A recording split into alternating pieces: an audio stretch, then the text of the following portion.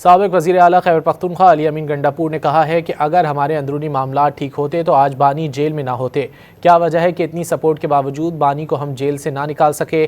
یا ہماری نیت میں فرق ہے یا ہماری آپسی مخاصمتوں سے ہم اپنے مقصد سے پیچھے ہٹ گئے؟ میں سمجھتا ہوں کہ ہمارے انٹرنل اور ایکسٹرنل جو معاملات ہیں اگر وہ ٹھیک ہوتے تو آج خان صاحب اتنے پاپولر لیڈر ہونے کے بعد جیل میں نہ ہوتے۔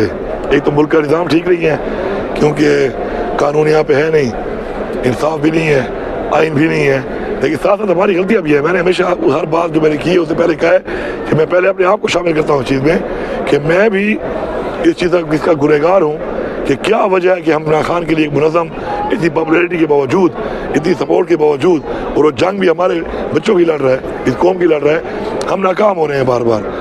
تو یا تو ہماری نیتوں میں فرق ہے اور یا پھر ہمارے آپس کی رفت ہے ایسی کہ ہم ان کاموں میں لگے ہوئے ہیں جو کام مقصد سے ہٹ کے فضول چیزوں پہ ہیں۔ اب وہ ہم بے وقوفی پہ لگے ہوئے ہیں، کسی سیلف انٹرسٹ کی وجہ سے لگے ہوئے ہیں، نادانی میں لگے ہوئے ہیں، ہم استعمال ہو رہے ہیں، ہماری نیت ٹھیک نہیں ہے یا ہم خود کر رہے ہیں۔ جو بھی وجہ ہے اینڈ رزلٹ کیا ہے اس کو دیکھنا چاہیے۔ باقی ہمارا احترام ہے ہر ایک کے لیے، لیکن اگر میرے لیڈر کے اوپر سخت وقت ہوگا، میرے لیڈر کو تکلیف ہوگی اور اس کے لیے میں اگر تھوڑا غصہ کرتا ہوں یا میں غصے میں کوئی بات کرتا ہوں تو اس کو اگلوں کو برداشت کرنا چاہیے۔ میں اپنی ذات کے لیے تو نہیں کر رہا، میں عمران خان کے لیے کر رہا ہوں نا۔